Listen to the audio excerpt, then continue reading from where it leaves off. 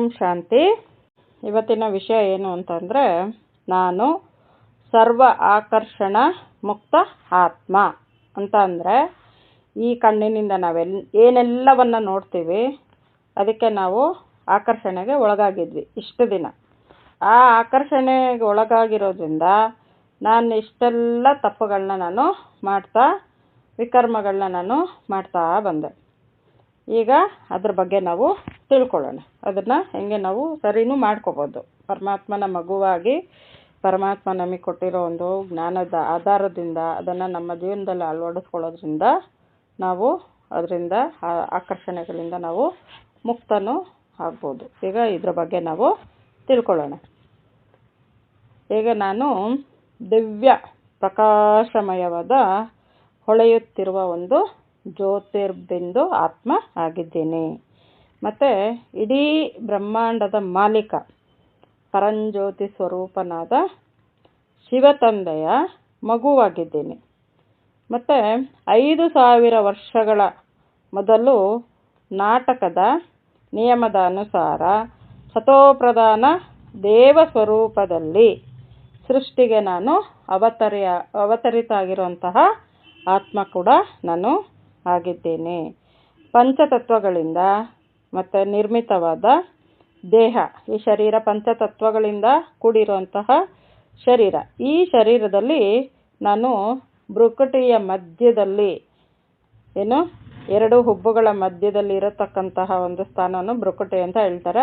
ಆ ಭ್ರುಕುಟಿಯ ಮಧ್ಯದಲ್ಲಿ ನಾನು ವಿರಾಜಮಾನನಾಗಿ ಆಕರ್ಷಣಾ ಮೂರ್ತಿ ಆತ್ಮನಾಗಿ ನಾನು ಕುಳಿತುಕೊಂಡಿದ್ದೀನಿ.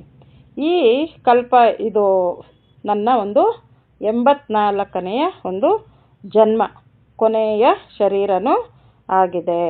ಆತ್ಮ ಯಾವಾಗ ತಮೋಪ್ರಧಾನವಾಗತ್ತೆ ಆಗ ಶರೀರ ಕೂಡ ತಮೋಪ್ರಧಾನ ಆಗ್ತಾ ಹೋಗುತ್ತೆ. ಮತ್ತು ಹಳೆಯ ರೋಗಿಯ ಶರೀರದಲ್ಲಿ ಸಾಕ್ಷಿಯಾಗಿ ನನ್ನ ಒಂದು ಲೆಕ್ಕಾಚಾರಗಳನ್ನು, ನಾನು ಕರ್ಮಬಂಧನಗಳನ್ನು, ಸಂಬಂಧಗಳ ಬಂಧನಗಳನ್ನು, ಕರ್ಮಭೋಗವನ್ನು ಮತ್ತು ನನಗೆ ಸಿಕ್ಕಿರುವ ಪಾತ್ರವನ್ನು ನಾನು ಮುಗಿಸ್ಬೇಕಾಗತ್ತೆ. ಯಾವಾಗ ಸತೋಪ್ರಧಾನದಲ್ಲಿ ಸತ್ಯಯುಗ ತ್ರೇತಾಯುಗದಲ್ಲಿ ಆತ್ಮದ ಒಂದು ಸ್ಥಿತಿ ಆತ್ಮಿಕ ರೂಪದಲ್ಲಿ ಇರುತ್ತೆ, ಅಲ್ಲಿ ಯಾವುದೇ ರೀತಿಯಾದ ಒಂದು ವಿಕರ್ಮಗಳು ಆಗಲಿಕ್ಕೆ ಸಾಧ್ಯ ಇಲ್ಲ.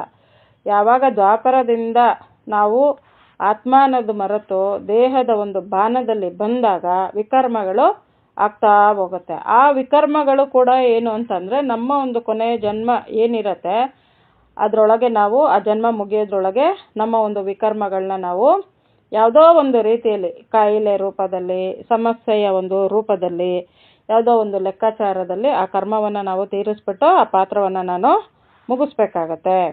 ಸತ್ಯಯುಗದ ಹೋಲಿಕೆಗೆ ಇಲ್ಲಿರುವ ಬಹು ಅಂತಸ್ತಿನ ಕಟ್ಟಡಗಳು ಸಹ ಸಪ್ಪೆ ಎನಿಸುವುದು. ಅಂತಂದರೆ ಸತ್ಯಯುಗದಲ್ಲಿ ಎಲ್ಲ ಸತೋಪ್ರಧಾನವಾಗಿ ಪರಮಾತ್ಮ ನಮಗೆ ಆ ಒಂದು ಪ್ರಪಂಚವನ್ನು ಸೃಷ್ಟಿ ಮಾಡಿ ನಮಗೆ ಭಗವಂತ ಕೊಟ್ಟಿರ್ತಾರೆ.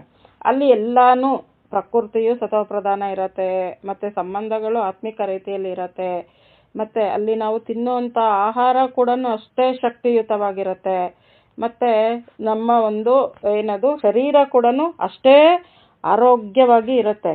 ಅಲ್ಲಿಯ ಒಂದು ಇದನ್ನು ನಾವು ಹೋಲಿಸ್ಕೊಂಡಾಗ ಈ ಕಲಿಯುಗ ಅಲ್ಲಿ ವಜ್ರ ವೈಡೂರ್ಯಗಳು, ಮನೆಗಳು ಕೂಡ ಚಿನ್ನದ ಒಂದು ಇದರಲ್ಲಿ ಕಟ್ಟಿರ್ತಾರೆ. ಅಲ್ಲಿ ಜನಗಳಿಗೂ ಕೂಡ ಯಾವುದೇ ರೀತಿಯಾದ ತೊಂದರೆಗಳು ಇರೋದಿಲ್ಲ. ನಾನು ಮೇಲು ನೀನು ಕೀಳು ಅನ್ನೋ ಒಂದು ಭೇದ ಭಾವನೂ ಇರೋದಿಲ್ಲ. ಅಲ್ಲಿನ ಒಂದು ಇದಕ್ಕೆ ಕಂಪೇರ್ ಮಾಡಿದಾಗ ಅದು ವಜ್ರಕ್ಕೆ ಒಂಥರ ಸಮಾನವಾಗೇ ಅದು ಕೂಡಿರುತ್ತೆ. ಯಾಕಂದರೆ ಪರಮಾತ್ಮ ಸೃಷ್ಟಿ ಮಾಡಿರೋಂತಹ ಒಂದು ಅದು ಪ್ರಪಂಚ ಅದು. ಅಲ್ಲಿ ನಾವು ಹೋಗಿ ಜನ್ಮವನ್ನು ನಾವು ಪಡ್ಕೊಂಡು ನಮ್ಮ ಒಂದು ಪಾತ್ರವನ್ನು ನಾವು ಶುರು ಮಾಡ್ತೀವಿ. ಆ ಸತ್ಯಯುಗದಲ್ಲಿ ನಾವು ಪಾತ್ರ ಮಾಡಬೇಕು ಅಂತ ಅಂದರೂ ಕೂಡ ಈ ಸಂಗಮ ಯುಗನೇ ನಮಗೆ ಆಧಾರ ಆಗಿರೋದು. ಇಲ್ಲೇ ನಾವು ನಮ್ಮ ಒಂದು ವಿಕರ್ಮಗಳನ್ನ ನಾವು ವಿನಾಶ ಮಾಡ್ಕೋಬೇಕು. ಮತ್ತು ನಮ್ಮ ಒಂದು ಏನು ಸಂಸ್ಕಾರಗಳಿದೆ ಅದು ಕೂಡ ದೈವಿ ರೂಪದಲ್ಲಿ ಪರಿವರ್ತನೆಯನ್ನು ನಾವು ಮಾಡ್ಕೋಬೇಕು. ಪರಮಾತ್ಮನನ್ನು ನಾವು ಸದಾ ಜೊತೆಯಲ್ಲಿ ಇಟ್ಕೋಬೇಕು. ಏನೇ ಕೆಲಸಗಳು ಮಾಡಿದ್ರೂ ಕೂಡ ಬಾಬಾನ ನೆನಪು ಮಾಡಿಕೊಂಡು ಬಾಬಾನಿಗೆ ಹೇಳಿಬಿಟ್ಟು ನಾವು ಕೆಲಸಗಳನ್ನ ನಾವು ಮಾಡ್ತಾ ಹೋಗಬೇಕು. ಮನಸ್ಸಿನಿಂದ ಆಗಲಿ, ಬುದ್ಧಿಯಿಂದ ಆಗಲಿ, ಮತ್ತು ಮನಸ ವಾಚ ಕರ್ಮಣ ಯಾವುದರಿಂದಲೂ ಕೂಡ ನಾವು ಯಾರಿಗೂ ಯಾವುದೇ ರೀತಿಯಾದ ಒಂದು ತೊಂದರೆಗಳನ್ನ ನಾವು ಕೊಡಬಾರ್ದು. ಆ ರೀತಿ ನಾವು ಇದ್ದಾಗ ತಂದೆ ಕೊಟ್ಟಿರೋಂತಹ ಒಂದು ಡೈರೆಕ್ಷನ್ನಲ್ಲಿ ನಾವು ಸಂಪೂರ್ಣವಾಗಿ ನಡೆದು ಈ ಜೀವನ ಯಾರು ಪ್ರತಿ ಸೆಕೆಂಡು ಪರಮಾತ್ಮನಿಗೆ ಸಮರ್ಪಿತ ಮಾಡಿ ತಂದೆ ಕೊಟ್ಟಿರೋಂತಕ್ಕಂಥ ಒಂದು ದಾರಿಯಲ್ಲಿ ನಡೀತಾರೆ, ಅವರು ಸತ್ಯಯುಗದ ಒಂದು ಆರಂಭದಲ್ಲಿ ಅವರು ಬಂದ್ಬಿಡ್ತಾರೆ. ಆ ಒಂದು ಪ್ರಪಂಚದಲ್ಲಿ ನಮ್ಗೆ ಯಾವುದೇ ರೀತಿಯಾದ ಒಂದು ಕಷ್ಟಗಳು, ರೋಗಗಳು, ಮತ್ತು ಸಡನ್ನಾಗಿ ಡೆತ್ ಆಗೋದು, ಯಾವುದೇ ರೀತಿಯಾದ ಒಂದು ತೊಂದರೆಗಳು ಅಲ್ಲಿ ನಮಗೆ ಇರೋದಿಲ್ಲ. ಆ ಒಂದು ಪ್ರಪಂಚಕ್ಕೆ, ಆ ಸತ್ಯಯುಗಕ್ಕೆ ನಾವು ಈ ಕಲಿಯುಗನ ಹೋಲಿಸಿದಾಗ ಕಲಿಯುಗ ಒಂದು ಕವಡೆ ಸಮಾನ ಅಂತ. ಅಂದರೆ ಇಲ್ಲಿ ಯಾವುದೇ ರೀತಿಯಾದ ರುಚಿಗಳಿರಲ್ಲ. ಮನುಷ್ಯ ಬದುಕಲಿಕ್ಕೆ ಊಟ ಮಾಡಬೇಕು, ಆದರೆ ಆ ಊಟದಲ್ಲಿ ನೋಡಿ ಎಷ್ಟೆಲ್ಲ ಕೆಮಿಕಲ್ಸ್ಗಳು, ಬೆಳೆಯುವಂತಹ ಪ್ರತಿಯೊಂದು ಬೆಳೆಯಲ್ಲೂ ಕೂಡ ಕೆಮಿಕಲ್ಸ್ ಹಾಕಿರ್ತಾರೆ. ನಾವೇನು ಅಂತಂದರೆ ಬದುಕೋದಕ್ಕೋಸ್ಕರ ನಾವು ಆಹಾರವನ್ನು ಸೇವನೆ ಮಾಡಬೇಕು. ಆ ಸೇವನೆ ಮಾಡೋದ್ರಿಂದ ಏನಾಗುತ್ತೆ, ಶರೀರಕ್ಕೆ ನಾನಾ ಥರದ ರೋಗಗಳು ಕೂಡ ಬರ್ತಾ ಇದೆ. ಅಂದರೆ ಇಲ್ಲಿಯ ಎಲ್ಲ ಒಂದು ಇದು ಏನು ಅಂತಂದರೆ ಮನುಷ್ಯನಿಗೆ ಯಾವುದೇ ರೀತಿಯಾದ ಶಾಂತಿ ಕೊಡ್ತಾ ಇಲ್ಲ, ಸುಖ ಕೊಡ್ತಾ ಇಲ್ಲ, ತೃಪ್ತಿ ಕೊಡ್ತಾ ಇಲ್ಲ. ಒಂಥರ ಸಪ್ಪೆ ಸಪ್ಪೆ ಸಪ್ಪೆ ಜೀವನ ಆಗೋಗಿದೆ. ಆ ಥರ ನಮಗೆ ಅನ್ಸುತ್ತೆ. ಈಗ ಪ್ರಕೃತಿ ವಿಕೋಪದಿಂದ ಮುಕ್ತ ಪ್ರಪಂಚವದು ಅಂತ ಅಂದರೆ ಅಲ್ಲಿ ಯಾವುದೇ ರೀತಿಯಾದ ಪ್ರಕೃತಿಗಳು ವಿಕೋಪದಿಂದ ಅದರ ಕೆಲಸವನ್ನು ಮಾಡಲ್ಲ. ಪ್ರಕೃತಿ ಕೂಡ ಸತೋ ಪ್ರಧಾನವಾಗಿರುತ್ತೆ. ಇಲ್ಲಿ ನೋಡಿ, ಸಡನ್ನಾಗಿ ಮಳೆ, ಸಡನ್ನಾಗಿ ಬಿಸಿಲು, ಸಡನ್ನು ಚಳಿ, ಆ ಮಳೆ ಬಂದರೆ ನೀರು ಹೊಡ್ಕೊಂಡು ಹೋಯ್ತು, ಸುನಾಮಿ ಅಂತೆ, ಚಂಡಮಾರುತ ಅಂತೆ ಎಲ್ಲ ಹೊಡ್ಕೊಂಡೋದ್ರೆ ಇಡೀ ಊರೇ ಎಲ್ಲ ಸಮಾಪ್ತಿ ಆಗೋಗುತ್ತೆ. ಮತ್ತು ಮನುಷ್ಯರಿಗೆ ನೋಡಿ ಇಷ್ಟೆಲ್ಲ ನಾನಾ ಥರದ ಕಾಯಿಲೆಗಳು ಬರ್ತಾ ಇದೆ. ಅಂದರೆ ಈ ರೀತಿ ಪ್ರಕೃತಿಯನ್ನು ಹಾಳು ಮಾಡಿರೋದು ಕೂಡ ನಾವುಗಳೇ. ಈಗ ಅದು ಕೂಡ ಸತೋಪ್ರಧಾನವಾಗಿ ಪರಮಾತ್ಮ ಏನು ಮಾಡ್ತಾನೆ, ಸತ್ಯಯುಗದಲ್ಲಿ ಅದನ್ನು ರೆಡಿ ಮಾಡಿ ನಮಗೆ ಕೊಡ್ತಾರೆ. ಮತ್ತು ಇಲ್ಲಿ ಏನು ಅಂತ ಇದ್ದಾರೆ ಅಂತಂದರೆ, ತಂದೆ ನನ್ನನ್ನು ತನ್ನ ಜೊತೆ ಮುಕ್ತಿಧಾಮಕ್ಕೆ ಕರೆದೊಯ್ಯಲು ಬಂದಿದ್ದಾರೆ. ಈಗ ಏನು ಅಂತಂದರೆ ಈ ಕಲಿಯುಗ ಇನ್ನು ಸತ್ಯಯುಗ ಆಗಿ ಪರಿವರ್ತನೆ ಆಗಬೇಕು. ಆ ಪರಿವರ್ತನೆ ಆಗೋ ಟೈಮಲ್ಲಿ ಏನು ಅಂತಂದರೆ ಇಲ್ಲಿ ಆತ್ಮಗಳ ಪಾತ್ರ ಕಂಪ್ಲೀಟಾಗಿ ಮುಗಿದೋಗುತ್ತೆ. ಭಗವಂತ ಏನು ಮಾಡ್ತಾರೆ, ತನ್ನ ಮಕ್ಕಳನ್ನು ತನ್ನ ಜೊತೆ ಶಾಂತಿಧಾಮಕ್ಕೆ ಕರ್ಕೊಂಡು ಹೋಗೋದಕ್ಕೆ ಈಗ ಬಂದಿದ್ದಾರೆ. ಮತ್ತು ಪುನಃ ಸ್ವರ್ಗದಲ್ಲಿ ನನ್ನ ಪಾತ್ರ ಆರಂಭ ಆಗುತ್ತೆ. ಯಾವಾಗ ಇಲ್ಲಿ ನಾನು ಪಾತ್ರ ಮುಗಿಸ್ಕೊಂಡು ಪರಮಾತ್ಮನ ಜೊತೆ ನಾನು ನನ್ನ ನಿವಾಸವಾದ ನನ್ನ ತಂದೆ ಇರತಕ್ಕಂಥ ಒಂದು ಆತ್ಮಗಳ ಒಂದು ಲೋಕ ಶಾಂತಿಧಾಮ ಅಲ್ಲಿ ನಾನು ಹೋಗ್ತೀನಿ. ಅಲ್ಲಿಂದ ನನ್ನ ಒಂದು ಕರ್ಮಾನುಸಾರ ಮತ್ತೆ ನಾನು ಸತ್ಯಯುಗದಲ್ಲಿ ನಾನು ಪಾತ್ರವನ್ನು ಮಾಡಲಿಕ್ಕೆ ನಾನು ಬರ್ತೀನಿ. ಅಲ್ಲಿಂದ ನನ್ನ ಪಾತ್ರ ಶುರು ಆಗುತ್ತೆ. ಈಗ ನಾನು ಆತ್ಮ ಈ ಶರೀರವನ್ನು ಬಿಟ್ಟು ಸತ್ಯಯುಗದಲ್ಲಿ ಸುಂದರವಾದ ಒಂದು ದೇವತಾ ರೂಪವನ್ನು ನಾನು ಪಡಿತೀನಿ. ಈಗ ಈ ಕಲಿಯುಗದಲ್ಲಿ ನೋಡಿ, ಶರೀರ, ಬುದ್ಧಿ, ಮನಸ್ಸು ಎಲ್ಲ ಹಾಳಾಗೋಗಿದೆ. ತಮೋಪ್ರಧಾನ ಸ್ಥಿತಿಗೆ ಬಂದು ವಿಕರ್ಮಗಳಾಗಿ ಮನುಷ್ಯರು ಸಾಕಷ್ಟು ಕಷ್ಟವನ್ನು ಅನುಭವಿಸ್ತಾ ಇದ್ದಾರೆ. ಈಗ ಪರಮಾತ್ಮ ಬಂದು ಅದನ್ನು ನಮ್ಮಲ್ಲಿ ಏನು ಮಾಡ್ತಾ ಇದ್ದಾರೆ, ಅವ್ರ ಜ್ಞಾನದ ಮೂಲಕ ನಮ್ಮ ಒಂದು ಸಂಸ್ಕಾರಗಳಿರ್ಬೋದು, ಮನಸ್ಸನ್ನು ಶುದ್ಧ ಮಾಡ್ಕೊಳ್ಳೋದು ಇರ್ಬೋದು, ಏನು ಪ್ರತಿಯೊಂದು ಇದನ್ನು ಕೂಡ ಭಗವಂತ ತನ್ನ ಜ್ಞಾನದ ಮೂಲಕ ನಮ್ಮನ್ನು ಪರಿವರ್ತನೆಯನ್ನು ಮಾಡ್ತಾ ಇದ್ದಾರೆ. ಅಂದರೆ ನಾವು ನಮ್ಮ ಜೀವನದಲ್ಲಿ ಅದನ್ನು ಅಳವಡಿಸ್ಕೊಂಡು ನಾವೇನು ಮಾಡ್ತಾ ಇದ್ದೀವಿ, ನಮ್ಮ ಒಂದು ಹಸುರಿ ಸಂಸ್ಕಾರಗಳನ್ನು ಸಂಪೂರ್ಣವಾಗಿ ವಿಕರ್ಮಗಳನ್ನ ಭಸ್ಮ ಮಾಡಿಕೊಂಡು ದೇವತಾ ಸಂಸ್ಕಾರವನ್ನು ನಾವು ಬೆಳೆಸ್ಕೊಂಡು ನಮ್ಮ ಜೀವನವನ್ನು ನಾವು ನಡೆಸೋ ಒಂದು ರೀತಿಯನ್ನು ಕಲಿತ್ಕೊಂಡು ಸತ್ಯಯುಗದಲ್ಲಿ ಏನು ಅಂತಂದರೆ ಒಂದು ದೇವತಾ ರೂಪವನ್ನು ನಾನು ಪಡೆದು ಅಲ್ಲಿ ನನ್ನ ಪಾತ್ರವನ್ನು ನಾನು ಶುರು ಮಾಡ್ತೀನಿ.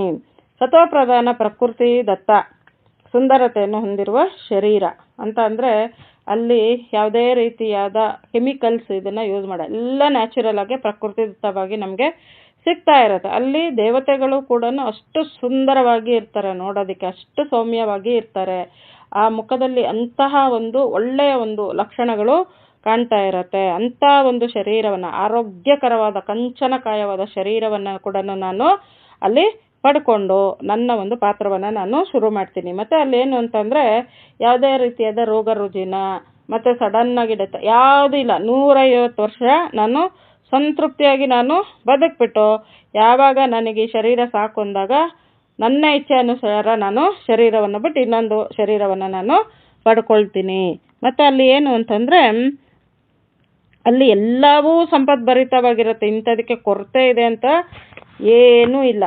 ಇಲ್ಲಿ ಸತ್ಯಯುಗ ಮತ್ತು ತ್ರೇತಾಯುಗದಲ್ಲಿ ಆತ್ಮ ಕೂಡ ಅಷ್ಟು ಆನಂದ ಸುಖ ಶಾಂತಿಯಲ್ಲಿ ನಮ್ಮ ಒಂದು ಜೀವನವನ್ನು ನಾವು ನಡೆಸ್ತೇವೆ. ಇಲ್ಲಿ ಇನ್ನೊಂದು ಏನು ಹೇಳ್ತಾ ಇದ್ದಾರೆ ಅಂತಂದರೆ ಸ್ವಯಂ ವಿಶ್ವಕರ್ಮನೇ ನಿರ್ಮಿಸಿದ ವೈಕುಂಠ ಅಂತ ಅಂದರೆ ಸಾಕ್ಷಾತ್ ಪರಮಾತ್ಮನೇ ನಿರ್ಮಿಸಿರತಕ್ಕಂಥ ಅದು ವೈಕುಂಠಕ್ಕೆ ನಾನು ಮಾಲೀಕನಾಗಿ ನನ್ನ ಪಾತ್ರವನ್ನು ನಾನು ಅಲ್ಲಿ ಮಾಡಲಿಕ್ಕೆ ನಾನು ಹೋಗ್ತೀನಿ. ವಜ್ರ ವೈಡೂರ್ಯಗಳಿಂದ ಕೂಡಿದ ಚಿನ್ನದ ಮಹಲು, ಸುಂದರವಾದ ಹೂತೋಟಗಳು, ಮನೋರಂಜನೆ ನೀಡುವಂತಹ ಪ್ರಾಣಿ ಪಕ್ಷಿಗಳು, ನೀರಿನ ಕಾರಂಜಿ, ಪುಷ್ಪಕ ವಿಮಾನ, ಇದೆಲ್ಲ ಕೂಡ ಹೊಂದಿರ್ತೀವಿ. ಪ್ರಾಣಿಗಳು ಕೂಡ ಅಷ್ಟೇ. ಈಗ ನೋಡಿ ಹೆಂಗಾಗಿದೆ ಅಂತಂದರೆ ದಾರಿಯಲ್ಲಿ ಹೋಗೋದಕ್ಕೂ ನಮ್ಗೆ ಸೇಫ್ಟಿ ಇಲ್ಲ. ನಾಯಿಗಳು ಬಂದು ಹಂಗೆ ನಮ್ಮ ಮೇಲೆ ಎಗ್ರಿ ಇಡೀ ಶರೀರವನ್ನು ಕಚ್ಚಾಕುವಂಥ ಇದು ಆ ರೀತಿ ಕಲಿಯುಗದಲ್ಲಿ ಮನುಷ್ಯರ ಜೊತೆ ಪ್ರಾಣಿಗಳು ಕೂಡ ಅದೇ ರೀತಿ ತಯಾರಾಗಿವೆ. ಏನು ಅಲ್ಲಿ ಆ ರೀತಿ ಇರಲ್ಲ. ಆ ಪ್ರಾಣಿಗಳು ಕೂಡ ಅಷ್ಟು ಅನ್ಯೋನ್ಯತೆಯಿಂದ ಕೂಡಿರತ್ತೆ. ಮತ್ತು ಅಲ್ಲಿ ನಮಗೆ ಒಂಥರ ನೇಚರು ಅಷ್ಟು ಚೆನ್ನಾಗಿ ನಮಗೆ ಸಹಯೋಗವನ್ನು ಕೊಡುತ್ತೆ. ಅಲ್ಲಿ ಉಪಯೋಗಿಸೋವಂಥ ಪ್ರತಿಯೊಂದು ಇದು ಕೂಡ ಶಕ್ತಿಯುತವಾಗೇ ಇರುತ್ತೆ, ಆರೋಗ್ಯಕರವಾಗಿರುತ್ತೆ, ಸತ್ವಪ್ರಧಾನವಾಗಿ ಕೂಡ ಇರುತ್ತೆ. ಓಡಾಡೋಕ್ಕೆ ನಮಗೆ ಪುಷ್ಪಕ ವಿಮಾನಗಳು ಕೂಡ ಅಲ್ಲಿ ನಮಗೆ ಇರುತ್ತೆ. ಮತ್ತು ತುಂಬ ಸುಖವಾದ ಒಂದು ಜೀವನವನ್ನು ನಾನು ಅಲ್ಲಿ ಅನುಭವಿಸ್ತೀನಿ. ನೃತ್ಯ, ಸಂಗೀತ, ನಾಟಕ, ಆಟ ಪಾಠಗಳಿಂದ ಕೂಡಿದ ವಿದ್ಯಾಭ್ಯಾಸ. ಆಹಾ, ಎಂತಹ ನಾನು ಭಾಗ್ಯಶಾಲಿ. ನಿಜಕ್ಕೂ ನಾವು ಸತ್ಯಯುಗದಲ್ಲಿ ಪಾತ್ರ ಮಾಡೋದಕ್ಕಿಂತ ಅಲ್ಲಿ ನಾವೆಲ್ಲ ಅನುಭವಿಸ್ತೀವಿ, ಆದರೆ ನಮಗೆ ಯಾವುದೇ ಈಗ ಜ್ಞಾಪಕ ಇಲ್ಲ. ಆದರೆ ಇಲ್ಲಿ ಪ್ರಾಕ್ಟಿಕಲ್ ಆಗಿ ಪರಮಾತ್ಮ ಬಂದು ನಮ್ಮನ್ನು ಮಗುವಾಗಿ ಎಷ್ಟು ಕೋಟ್ಯಾಂತರ ಜನ ಈಗಲೂ ಕೂಡ ಭಗವಂತನ ಕರೀತಾ ಇದ್ದಾರೆ. ಅಂಥದ್ರಲ್ಲಿ ನಾವು ಅದೇ ಪರಮಾತ್ಮನನ್ನು ನಾವು ಭಕ್ತಿ ಮಾರ್ಗದಲ್ಲಿ ಎಷ್ಟೆಲ್ಲ ನಾವು ಪೂಜೆ ಪುನಸ್ಕಾರ ವ್ರತ ಉಪವಾಸ ಎಲ್ಲ ಮಾಡಿ ಈಗ ಪರಮಾತ್ಮ ನಮ್ಮ ಒಂದು ಜೀವನದಲ್ಲಿ ಬಂದಿದ್ದಾರೆ. ಏನು ನಾವು ನಿಜಕ್ಕೂ ಎಂಥ ಸೌಭಾಗ್ಯಶಾಲಿಗಳು. ನಾನು ಏನು ಮಾಡ್ತಾ ಇದ್ದೀನಿ ಅನ್ನೋ ಅರಿವಿಲ್ಲದೆ ನನ್ನ ಜೀವನವನ್ನು ನಾನು ನಡೆಸ್ಕೊಂಡು ಹೋಗಿ ಈ ಜೀವನ ಸಾಕು ಅನ್ನೋ ಮಷ್ಟಕ್ಕೂ ನಾವು ತಂದು ನಿಲ್ಲಿಸ್ಕೊಂಡಿದ್ವಿ. ಆದರೆ ಭಗವಂತ ನಿಜವಾದ ಜೀವನ ಅಂದರೆ ಏನು, ನೀನು ಯಾರು, ಏನು ನಿನಗೆ ಏನೆಲ್ಲ ನಿನ್ನಲ್ಲಿ ಗುಣಶಕ್ತಿಗಳು ಇದೆ, ಪ್ರತಿಯೊಂದು ನಿನ್ನಲ್ಲೇ ಇದೆ. ಅದನ್ನು ನೀನು ಒಂದು ಒಳ್ಳೆ ರೀತಿಯಲ್ಲಿ ಒಳ್ಳೆ ಮಾರ್ಗದಲ್ಲಿ ನೀನು ನಡೆದಾಗ ಅದು ಪ್ರಾಕ್ಟಿಕಲ್ ಆಗಿ ನಿನ್ನ ಜೀವನದಲ್ಲಿ ಅದು ಅಳವಡಿಸ್ಕೊಳ್ತಾ ಹೋಗ್ಬೋದು. ನಿನ್ನ ಒಂದು ಸಂಸ್ಕಾರವನ್ನು ಕೂಡ ನೀನು ಪರಿವರ್ತನೆ ಮಾಡ್ಕೊಳ್ತಾ ಹೋಗ್ಬೋದು. ಸುಖ ಶಾಂತಿಯನ್ನು ಪ್ರತಿಯೊಂದನ್ನು ಕೂಡ ನೀನು ಅದರ ಅನುಭವ ಮಾಡ್ಬೋದು. ಅಂದರೆ ನಿಜಕ್ಕೂ ಹೇಳಬೇಕು ಅಂತಂದರೆ ಅಂಥ ಒಂದು ಪರಮಾತ್ಮನಿಗೆ ಈಗ ನಾವು ಮಕ್ಕಳಾಗಿ ವಿಶ್ವ ಪರಿವರ್ತನೆಯ ಒಂದು ಕಾರ್ಯಕ್ಕೆ ನಮ್ಮನ್ನು ಬಾಬಾ ಉಪಯೋಗ ಮಾಡ್ಕೊಳ್ಳೋಂತಹ ಒಂದು ಸಾಧನವಾಗಿ ಇದಾಗಿದ್ದೀವಿ ಅಂತಂದರೆ ನಿಜಕ್ಕೂ ಇದ್ರಿಗಿಂತ ಒಂದು ಭಾಗ್ಯಶಾಲಿ ಇದು ಜನ್ಮ ಯಾವುದೂ ಇಲ್ಲ. ಇಲ್ಲಿ ಮತ್ತೆ ಇನ್ನೊಂದು ಹೇಳ್ತಾ ಇದ್ದಾರೆ ಏನು ಹೇಳ್ತಾ ಇದ್ದಾರೆ ಅಂತಂದರೆ, ಪರಸ್ಪರದಲ್ಲಿ ಎಷ್ಟೊಂದು ಪ್ರೀತಿ, ಸ್ನೇಹ, ಏಕತೆ, ಒಂದೇ ರಾಜ್ಯ, ಒಂದೇ ಭಾಷೆ, ಲಕ್ಷ್ಮೀನಾರಾಯಣರ ರಾಜ್ಯದ ಸ್ಮೃತಿಯು ಪದೇ ಪದೇ ನನ್ನನ್ನು ಕಾಡುತ್ತಿದೆ ಅಂತಂದರೆ ಅಲ್ಲಿ ನೋಡಿ ಯಾವುದೇ ರೀತಿಯಾದ ಬೇರೆ ಬೇರೆ ಭಾಷೆಗಳಿರಲ್ಲ, ಬೇರೆ ಬೇರೆ ಜಾತಿ ಇರಲ್ಲ, ಒಂದೇ ಭಾಷೆ, ಒಂದೇ ರಾಜ್ಯ, ಅಲ್ಲಿ ಎಲ್ಲರಲ್ಲೂ ಪ್ರೀತಿ, ಸ್ನೇಹ, ಏಕತೆ ಎಲ್ಲನೂ ಚೆನ್ನಾಗಿರುತ್ತೆ. ಮತ್ತು ಅಲ್ಲಿ ಲಕ್ಷ್ಮೀನಾರಾಯಣರು ಪ್ರಮುಖವಾಗಿ ಅಂದರೆ ಮೊದಲನೇ ಒಂದು ಇದರಲ್ಲಿ ಇರ್ತಾರೆ. ಅವರು ಈಗ ಅಲ್ಲಿ ಏನು ಅಂತಂದರೆ ಪ್ರಜೆಗಳೇ ಬೇರೆ, ರಾಜ ರಾಣಿಯರೇ ಬೇರೆ, ಆ ಥರ ಅಲ್ಲ. ಅಷ್ಟು ಪ್ರೀತಿಯಿಂದ ಪ್ರಜೆಗಳ ಒಂದು ಪಾಲನೆಯನ್ನು ಕೂಡ ಅವರು ಮಾಡ್ತಾ ಇರ್ತಾರೆ. ಏನಂದರೆ ಪದವಿ ಬೇರೆ ಬೇರೆ ಆಗಿರುತ್ತೆ, ಆದರೆ ಜೀವನದಲ್ಲಿ ಎಲ್ಲವೂ ಕೂಡ ಎಲ್ರಿಗೂ ಒಂದೇ ರೀತಿಯಲ್ಲಿ ನಮಗೆ ಊಟ ಇರ್ಬೋದು, ಆರೋಗ್ಯ ಇರ್ಬೋದು, ಏನು ಪ್ರತಿಯೊಂದು ಕೂಡ ಸಮಾನತೆ ರೀತಿಯಲ್ಲಿ ನಮಗೆ ಸಿಗ್ತಾ ಇರುತ್ತೆ.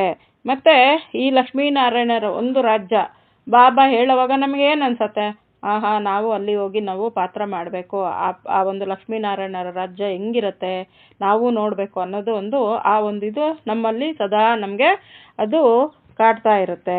ಈ ಕಲಿಯುಗದಲ್ಲಿ ನನ್ನ ಆತ್ಮಕ್ಕೆ ಯಾವುದೇ ವ್ಯಾಮೋಹವಿಲ್ಲ. ವ್ಯಕ್ತಿಯಾಗಲಿ, ವಸ್ತುವಾಗಲಿ, ವೈಭವಗಳಾಗಲಿ ಆಕರ್ಷಿಸುತ್ತಿಲ್ಲ. ಯಾವಾಗ ನಾವು ಆತ್ಮಿಕ ಸ್ಥಿತಿಗೆ ತಲುಪ್ತೀವಿ, ಆತ್ಮಿಕ ಸ್ಥಿತಿಯಲ್ಲಿ ಇರ್ತೀವಿ, ಪ್ರತಿಯೊಬ್ಬರನ್ನು ಕೂಡ ನಾನು ಆತ್ಮ ಅಂತ ನಾನು ಯಾವಾಗ ನೋಡೋದು ನಾನು ಅಭ್ಯಾಸ ಮಾಡ್ಕೊಳ್ತೀನಿ. ಮತ್ತು ಇಲ್ಲಿ ಏನೆಲ್ಲ ಕಣ್ಣುಗಳಿಂದ ನಾವು ನೋಡಿರೋ ಅಂತಹ ಒಂದು ಆಕರ್ಷಣೆಗಳಿಂದ ನಾವು ಎಷ್ಟು ಮೋಸ ಹೋಗಿದ್ದೀವಿ, ಏನೋ ತುಂಬ ಇಚ್ಛೆಗಳಿಂದ ನಾವು ಮೋಸ ಹೋಗಿದ್ದೀವಿ. ನಾನು ನಂದು ನನ್ನ ಸಂಬಂಧ ಅನ್ನೋದ್ರಿಂದ ಸಾಕಷ್ಟು ನೋವುಗಳನ್ನ ನಾವು ಅನುಭವಿಸ್ಬಿಟ್ಟಿದ್ದೀವಿ. ಈಗ ಏನು ಅಂತಂದರೆ ಎಲ್ಲದರಿಂದ ನಾನು ಏನಾಗಿದ್ದೀನಿ ಅಂತಂದರೆ ವ್ಯಕ್ತಿಗಳಿರ್ಬೋದು, ವ್ಯಾಮೋಹ ಇರ್ಬೋದು, ಏನು ವಿಕಾರಗಳಿರ್ಬೋದು, ವೈಭವಗಳಿರ್ಬೋದು, ಯಾವುದಕ್ಕೂ ನಾನೀಗ ಆಕರ್ಷಿತಳು ನಾನು ಆಗ್ತಾ ಇಲ್ಲ.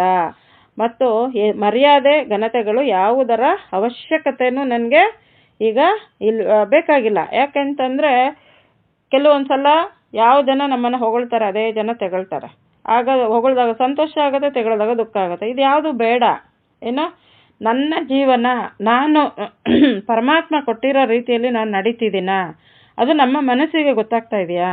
ಪರಮಾತ್ಮ ತನ್ನನ್ನು ಒಂದು ಅನನ್ಯವಾದ ಮಗುವಾಗಿ ಅವ್ರು ತಗೊಳ್ಬೇಕು ಅಂತಂದರೆ ಅವರು ಕೊಟ್ಟಿರತಕ್ಕಂಥ ಒಂದು ಇದರಲ್ಲಿ ನಾವು ನಡೆದಾಗ ಇದ್ರ ಬಗ್ಗೆ ಎಲ್ಲ ನಮಗೆ ಆಸಕ್ತಿ ಬರೋದಿಲ್ಲ. ಸ್ವಯಂ ಭಗವಂತನೇ ನನಗೆ ಸಿಕ್ಕಿರುವಾಗ ಅವನೇ ನನ್ನ ಸರ್ವ ಸಂಬಂಧ. ಮತ್ತು ಅವನದ್ದೆಲ್ಲ ಪರಮಾತ್ಮನಲ್ಲಿ ಏನೆಲ್ಲ ಇದೆ ಅದನ್ನೆಲ್ಲನೂ ತನ್ನ ಮಕ್ಕಳಿಗೋಸ್ಕರ ಕೊಡಕ್ಕೆ ಬಂದ್ಬಿಟ್ಟಿದ್ದಾರೆ. ಬಾಬಾ ಹೇಳ್ತಾ ಇದ್ದಾರೆ, ಏನು ಇದು ಇಷ್ಟೇ ಕೊಡ್ತೀನಿ ಅಷ್ಟೇ ಕೊಡ್ತೀನಿ ಅಂತ ಯಾವ ಮಕ್ಳಿಗೂ ಹೇಳಿಲ್ಲ. ಮಕ್ಕಳ ನಿಮ್ಮ ಶಕ್ತಿ ಅನುಸಾರ ನೀವು ಎಷ್ಟು ಬೇಕೋ ನೀವು ತಗೊಳ್ಳಿ ಅಂತ ಬಾಬಾ ಬಿಟ್ಬಿಟ್ಟಿದ್ದಾರೆ. ಏನೋ ಆಗಿರುವಾಗ ಇದೆಲ್ಲ ನಮಗೇನು ಈ ಲೌಕಿಕ ಪ್ರಪಂಚದಲ್ಲಿ ಇರತಕ್ಕಂಥ ಇದ್ರ ಮೇಲೆ ನಮಗೆ ಕಂಪ್ಲೀಟಾಗಿ ಒಂದು ವ್ಯಾಮೋಹವನ್ನು ನಾವು ಬಿಟ್ಟಿರುವಂತಹ ಆತ್ಮ ಆಗಿದ್ದೀನಿ. ವಜ್ರಗಳು ಸಹ ಕಲ್ಲುಗಳ ರೂಪದಲ್ಲಿ ಕಾಣುತ್ತದೆ. ಈಗ ನನ್ನ ತನು ಮನ ಧನ ಜನ ಎಲ್ಲವೂ ಪರಮಾತ್ಮನ ಕಾರ್ಯಕ್ಕೆ ಸಮರ್ಪಿತವಾಗಿದೆ. ಅವನೇ ನನ್ನ ಸರ್ವಸ್ವ. ಸತ್ಯವಾದ ನಮ್ಮ ಜೀವನದ ಸಾಥಿ ಈಗ ಪರಮಾತ್ಮ ಒಬ್ಬರೇ. ಮತ್ತು ಅವರೇ ನಮಗೆ ಈಗ ಮನೆಗಳಿಗೆ ಹೆಂಗೆ ಪಿಲ್ಲರ್ಗಳ ಆಧಾರ ಸ್ತಂಭ ಏನು, ಅದೇ ರೀತಿ ಈಗ ನಮ್ಮ ಜೀವನಕ್ಕೆ ಆಧಾರ ಭಗವಂತ ಒಬ್ಬನೇ. ಅವನನ್ನು ನಾವು ಜೊತೆಲಿ ಇಟ್ಕೊಂಡಾಗ ಸಂಪೂರ್ಣವಾಗಿ ನಾವು ಸೇಫ್ಟಿಯಾಗೂ ಇರ್ತೀವಿ, ಒಳ್ಳೆ ದಾರಿಯಲ್ಲಿನೂ ನಾವು ನಡೀತಾ ಇರ್ತೀವಿ. ಯಾವುದೇ ಒಂದು ಈ ಕಲಿಯುಗದ ಒಂದು ಇದಕ್ಕೆ ನಾವು ಆಕರ್ಷಣೆ ಆಗೋದಕ್ಕೆ ಸಾಧ್ಯ ಆಗೋದಿಲ್ಲ. ಮತ್ತು ನಮ್ಮ ಒಂದು ನಡೆ ನುಡಿ ಮಾತು ಕರ್ಮ ಮನಸ್ಸು ಬುದ್ಧಿ ಎಲ್ಲವೂ ಕೂಡ ಒಂದು ಒಳ್ಳೆ ರೀತಿಯಲ್ಲಿ ಬದಲಾವಣೆ ಆಗ್ತಾ ಹೋಗ್ತಾ ಇರುತ್ತೆ. ಆ ರೀತಿ ಆಗಬೇಕು ಅಂತಂದರೆ ಸದಾ ನಾವು ಭಗವಂತನ ನಾವು ಜೊತೆಯಲ್ಲಿ ಇಟ್ಕೋಬೇಕು. ಸಾಕು, ಈಗ ಎಲ್ಲರನ್ನೂ ಜೊತೆಯಲ್ಲಿ ಇಟ್ಕೊಂಡು ನಾವು ಎಷ್ಟೆಲ್ಲ ಅನುಭವಿಸಿದ್ದೀವಿ. ಹೌದು, ನಮ್ಮ ಪಾತ್ರ ಏನಿದೆ ಅದನ್ನು ಮಾಡಬೇಕು. ಎಲ್ಲರ ಜೊತೆನೂ ನಾವು ಪ್ರೀತಿಯಿಂದ ಇರಬೇಕು. ನಮ್ಮ ಸಂಬಂಧ ಸಂಪೂರ್ಣವಾಗಿ ನಮ್ಮ ಮನಸ್ಸನ್ನು ಪರಮಾತ್ಮನಲ್ಲೇ ನಾವು ಸದಾ ಇಡಬೇಕು. ಈಗ ಅಂಥ ಒಂದು ಶಿವ ಭಗವಂತ ನನಗೋಸ್ಕರ ಇಲ್ಲಿ ಬಂದು ಅವರಲ್ಲಿ ಏನೆಲ್ಲ ಇದೆ ಅದನ್ನೆಲ್ಲ ಕೊಟ್ಟಿದ್ದಾರೆ. ಈಗ ನನ್ನ ತಂದೆನೇ ನನಗೆ ಸರ್ವಸ್ವ.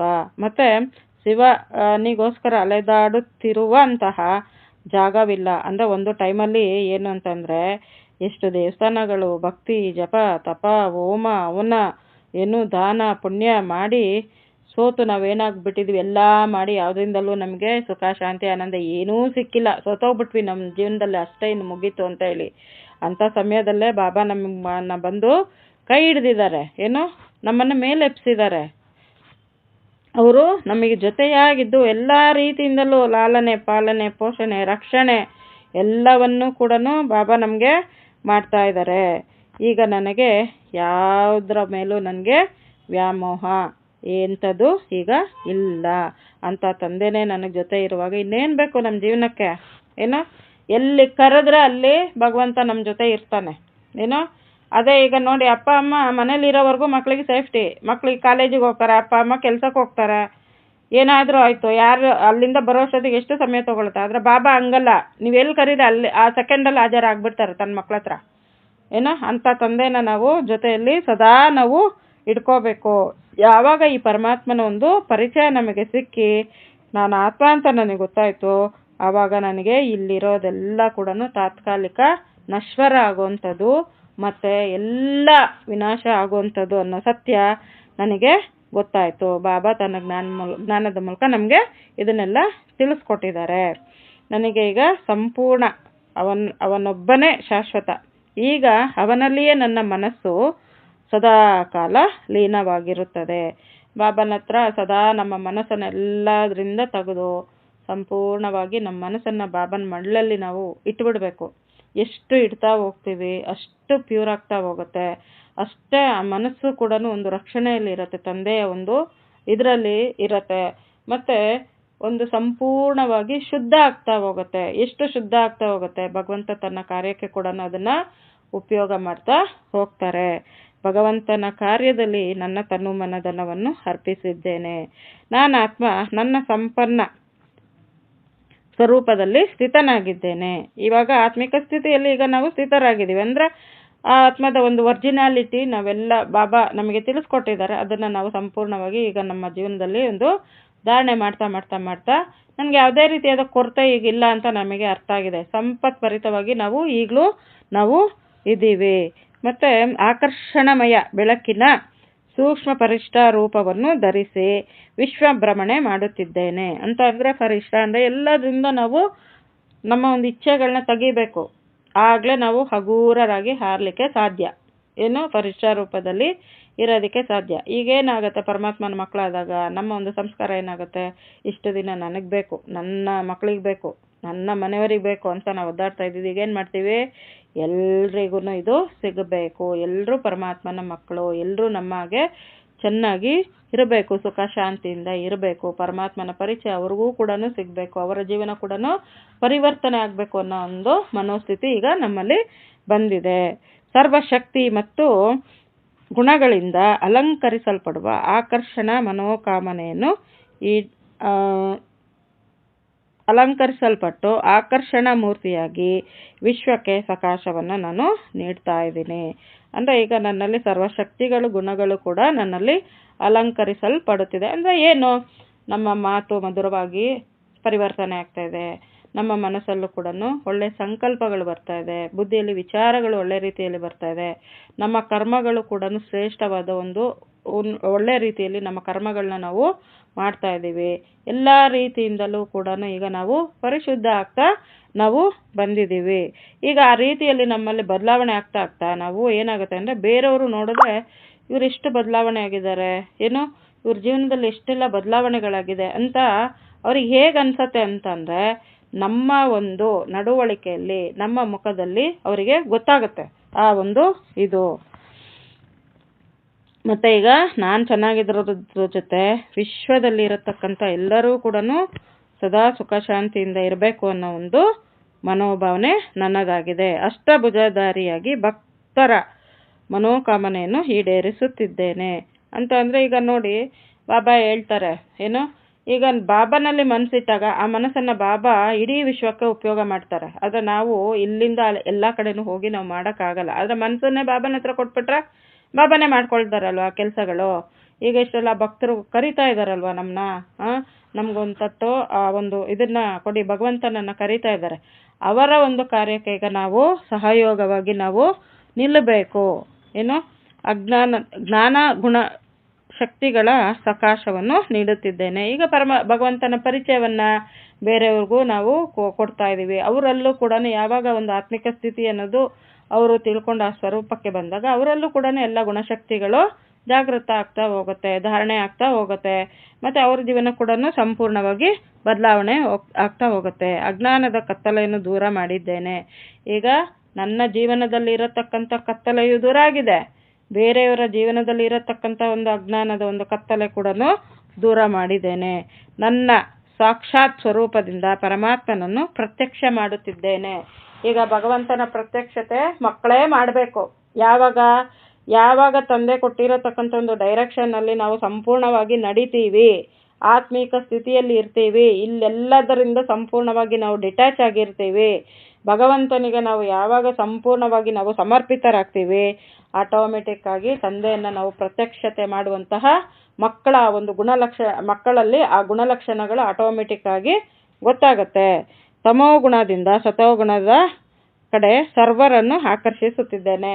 ಈಗ ನಮ್ಮಲ್ಲಿ ಆಗಿರತಕ್ಕಂಥ ಬದಲಾವಣೆಯಿಂದ ಏನಾಗುತ್ತೆ, ಬೇರೆಯವರು ಕೂಡ ನಾವು ಇವರೆಷ್ಟು ನಗ್ನಗ್ತಾ ಖುಷಿಯಾಗಿದ್ದಾರೆ, ಈ ಜೀವನದಲ್ಲಿ ಇಷ್ಟೆಲ್ಲ ಆಗೋದಕ್ಕೆ ಬದಲಾವಣೆ ಆಗೋದಕ್ಕೆ ಏನು ಕಾರಣ ಅಂತೇಳಿ ಅವ್ರು ಕೇಳ್ಕೊಂಬಂದು ಅವರೂ ಕೂಡ ಈಗ ಏನು ಭಗವಂತನ ಒಂದು ಪರಿಚಯವನ್ನು ತಗೊಂಡು ಏನು ಅವರ ಜೀವನವನ್ನು ಕೂಡ ಪರಿವರ್ತನೆ ಮಾಡಲಿಕ್ಕೆ ನಾನು ಮಾರ್ಗದರ್ಶಕ ಅಂತ ಅಂದರೆ ಮಾರ್ಗದರ್ಶಕನಾಗಿ ಭಗವಂತನನ್ನು ಉಪಯೋಗ ಮಾಡ್ತಾ ಇದ್ದಾರೆ.